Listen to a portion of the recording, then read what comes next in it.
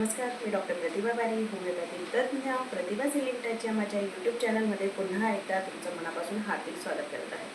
आज मी तुमच्यासाठी एक स्किनची नवीन कंडिशन घेऊन आली आहे. ती म्हणजे अर्टिकेरिया, ज्यालाच आपण शीतपित्त असं देखील म्हणतो.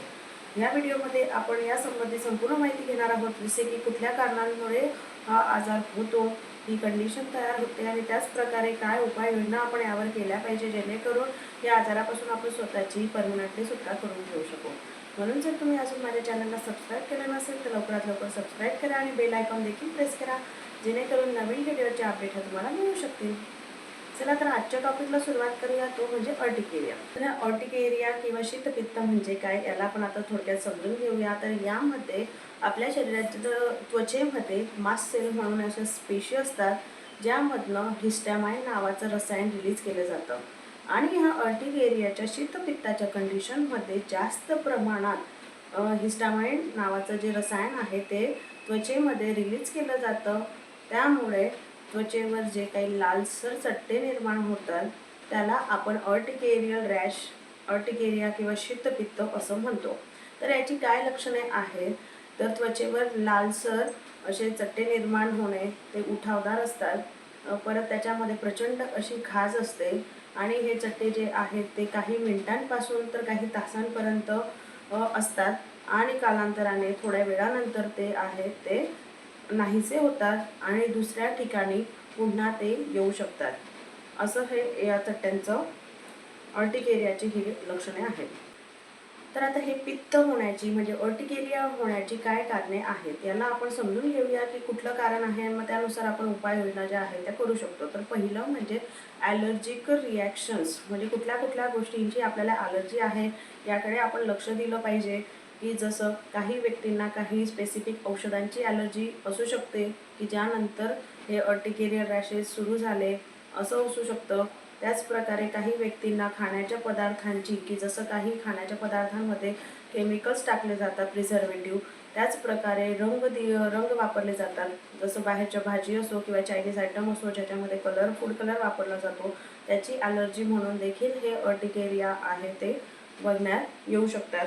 त्याचप्रकारे धूळ किंवा परागकण, एखाद्या गोष्टीची एखाद्या व्यक्तीला ॲलर्जी असणं, त्याचप्रकारे प्राण्यांची, पाळीव प्राणी जे आहेत त्यांच्या केसांची, प्राण्यांची, त्याची ॲलर्जी असू शकते. त्याचप्रकारे थंडी किंवा उष्णता, अति उष्णता किंवा अति थंडी अशा वातावरणातील प्रखर बदलामुळे देखील हे अर्टिकेरियल रॅशेस, शीतपित्त हे येऊ शकते. त्याचप्रकारे स्ट्रेस, की सततचा काही जर मानसिक ताणतणाव तुमच्या आयुष्यामध्ये घडत असेल आणि त्यानंतर जर तुम्हाला ही अर्टिकेरिया म्हणजे शीतपित्ताची समस्या सुरू झाली असेल तर त्या दृष्टीने देखील तुम्ही बघण्याची गरज आहे.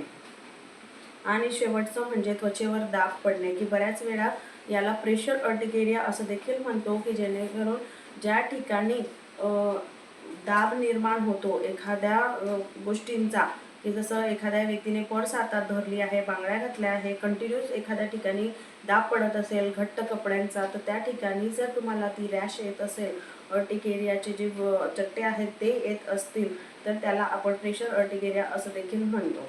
म्हणजे ही जी आहे ती अर्टिकेरिया होण्यामागील काही कारणं आहेत ती आपण समजून घेतली. आता अर्टिकेरिया होण्याची प्रोसेस काय आहे ती बघूया.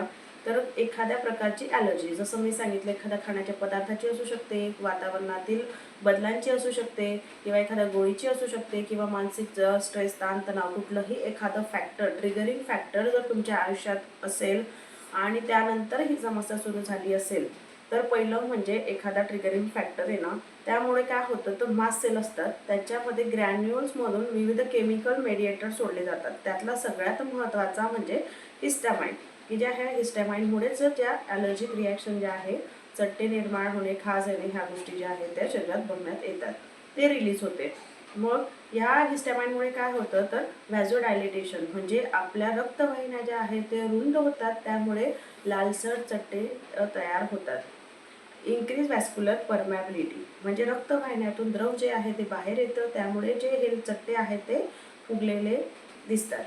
स्टिम्युलेशन ऑफ नर्व एंडिंग, की खाज ही कशामुळे येते, तर आपल्या त्वचेमध्ये काही काही मज्जातंतू असतात की त्यांचं स्टिम्युलेशन झाल्यामुळे तिथे प्रचंड अशी खाज निर्माण होते. आणि एकंदरीतपणे तिथे व्हील्स फ्लेअर रिॲक्शन, की त्वचेवर मध्यभागी फुगवटा असलेले लालसर चट्टे तयार होतात. यालाच आपण अर्टिकेरिया रॅशेस किंवा शीतपित्त असे म्हणतो. अशी ही संपूर्ण प्रोसेस आहे की हिस्टॅमाइन रिलीज झाल्यामुळे शरीरामध्ये काय काय बदल होतात आणि कसे हे चट्टे निर्माण होतात हे आपण समजून घेतलं. ही सूज जर त्वचेच्या खोल थरांवर गेली, जसं डर्मिस आणि सबक्युटॅनियस टिश्यू या भागांमध्ये जर ही सूज गेली, जसे की ओठ, डोळ्यांच्या पापण्या, घसा किंवा जीभ या भागांवर जर ही सूज निर्माण झाली तर त्याला आपण अँजिओएडिमा असं म्हणतात.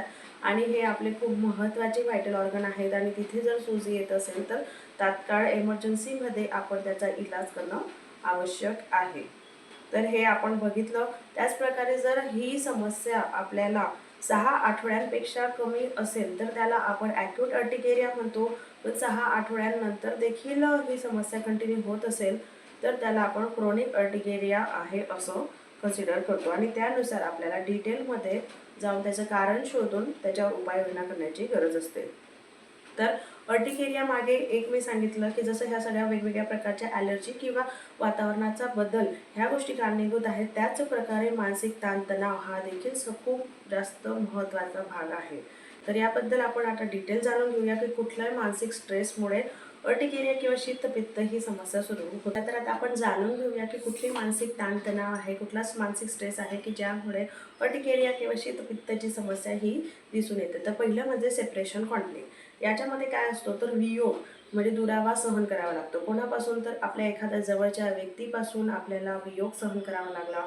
मग नातेसंबंधांमध्ये कुठल्या तरी गोष्टीमुळे, वादविवादामुळे किंवा डिवोर्स झाल्यामुळे किंवा एखाद्या व्यक्तीचा, जवळच्या व्यक्तीचा मृत्यू झाल्यामुळे त्याच्यापासून आपल्याला सेपरेट केलं गेलं किंवा दुरावा निर्माण झाला. ही सिच्युएशन जर लाईफमध्ये फेस होत असेल तर त्याचा इम्पॅक्ट हा आपल्या स्किनवर होतो आणि वेगवेगळ्या स्किन कंडिशन्स बघण्यात येतात की जसं एखादी प्रिय व्यक्ती दूर जाणे, प्रेम, स्पर्श, आपुलकी, जिव्हाळा गमावल्याची भावना निर्माण होणे किंवा मला दूर लोटले गेले आहे असे वाटणे. अशा जर सिच्युएशन असतील तर सेपरेशन कॉन्फ्लिक्ट ॲक्टिवेट होऊन स्किन कंडिशन, स्किन डिसीजेस तयार होतात. सेकंड म्हणजे अटॅक कॉन्फ्लिक्ट, हल्ला किंवा अपमान झाल्याची भावना.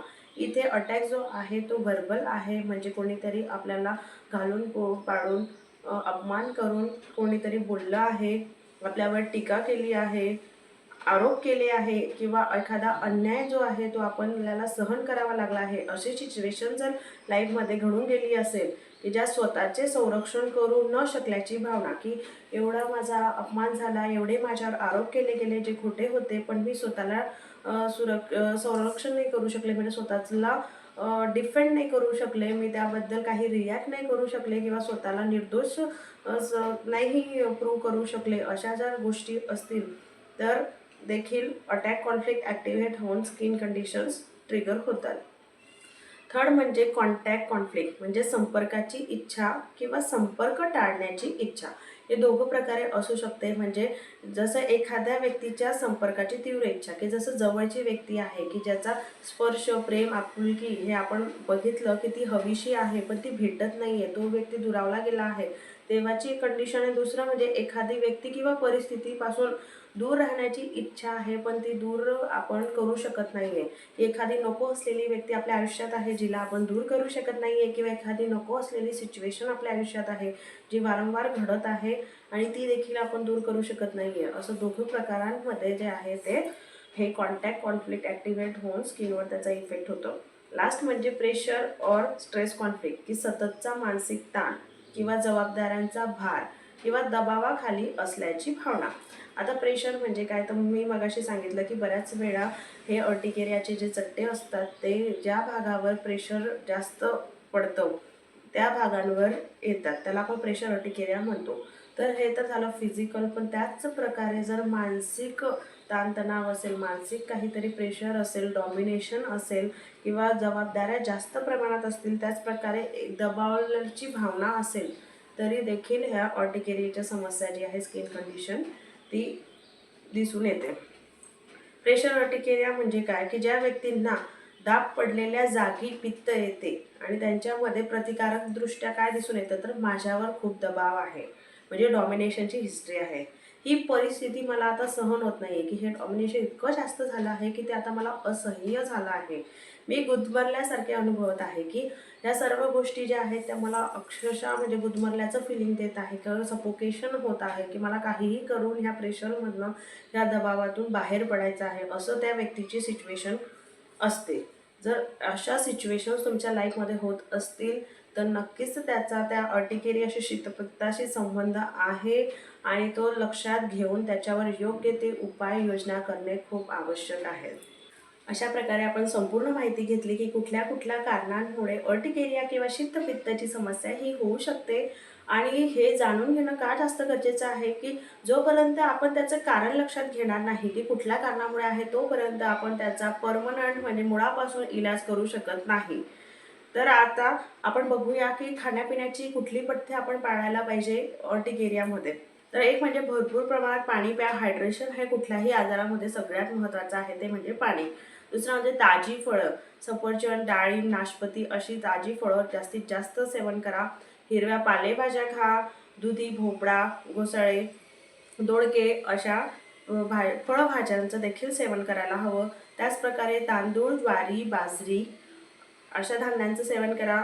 मूग डाळ, मसूर डाळ ही खाऊ शकतो, पण बेसनामुळे बऱ्याच व्यक्तींना ॲलर्जी होते, म्हणून बेसनाचे पदार्थ किंवा बेसनाची डाळ ही खाऊ नये. घरी बनवलेले ताजे अन्न जास्तीत जास्त सेवन करावे आणि नारळ पाणी देखील तुम्ही घेऊ शकता. तर म्हणजे घरातलं हेल्दी व्हेजिटेबल फ्रूट्स युक्त जेवण जे आहे, आहार जो आहे तो अर्टिकेरियासाठी उत्तम आहे. आता कुठले पदार्थ आहेत जे टाळावे, तर एक म्हणजे शेंगदाणे किंवा ड्रायफ्रूट्स जास्त प्रमाणामध्ये त्यांचं सेवन जे आहे ते करू नये.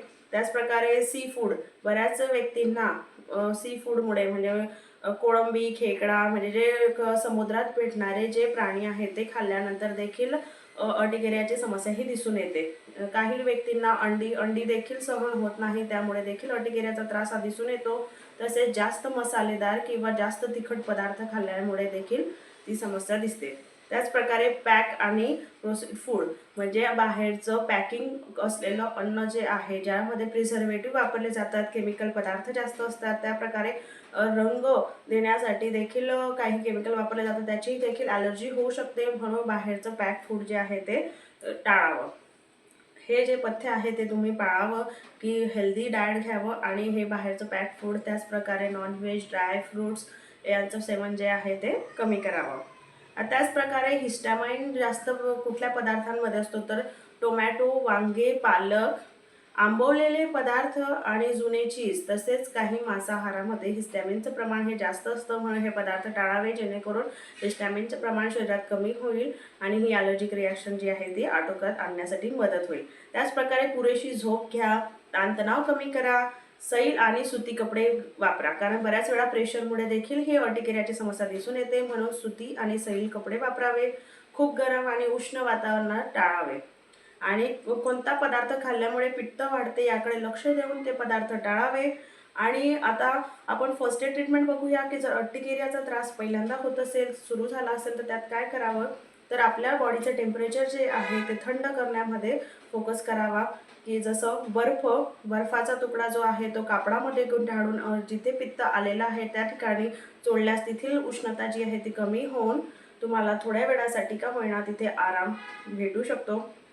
आणि जसं मी सांगितलं की सैल कपडे वापरावे, टेम्परेचर जे आहे ते व्यवस्थित मेंटेन ठेवावं, म्हणजे AC वापरावा, जेणेकरून थंड उष्ण वातावरणामध्ये AC वापरल्याने थंडावा राहील आणि अति थंड वातावरणामुळे देखील शीतपित्त म्हणून येऊ शकतं, म्हणून जास्त थंडीमध्ये व्यवस्थित उबदार अशी कपडे घालावे. असे काही प्रिकॉशन जर तुम्ही पाळले आणि फर्स्ट एड म्हणून ते वापरले तर दवाखान्यात जाण्यापर्यंत तुम्ही त्या गोष्टीपासून स्वतःची थोड्या वेळापुरती सुटका करून घेऊ शकता. सिट्रिझिन ही एक बेसिक गोष्ट आहे की जर अचानक तुम्हाला ही रिॲक्शन आली असेल तर पहिलं म्हणजे सिट्रिझिनची गोळी देखील तुम्ही घेऊ शकता तात्पुरती मेडिकल एमर्जन्सी म्हणून, की जेणेकरून तात्पुरता त्या खाजेपासनं त्या चट्ट्यांपासून तुम्हाला आराम भेटेल आणि लवकरात लवकर चांगल्या डॉक्टरांकडे जा, जेणेकरून ते शोध घेतील की कुठल्या कारणांमुळे हा अर्टिकेरिया आला आहे आणि त्यानुसार व्यवस्थित अशी प्रॉपर ट्रीटमेंट तुम्हाला भेटेल.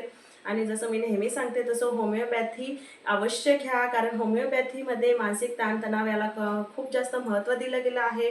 आणि जर तुम्हाला हा अर्टिकेरिया किंवा पित्ताची समस्या ही मानसिक तणाव वाढल्यामुळे किंवा आयुष्यात एखादी अशी घटना घडल्यानंतर जर हा त्रास सुरुवात झाला असेल तर फक्त होमिओपॅथीच तुम्हाला मदत करू शकते, कारण होमिओपॅथीमध्ये माइंड बॉडी दोघं कन्सिडर करून औषधं दिली जातात. चला तर मग भेटूया आता पुढील व्हिडिओमध्ये एका नवीन विषयासोबत. तोपर्यंत प्रतिभा सिलिंगटच्या माझ्या यूट्यूब चॅनलला सबस्क्राईब करायला विसरू नका. भेटूया नवीन व्हिडिओमध्ये नवीन विषयासोबत. धन्यवाद.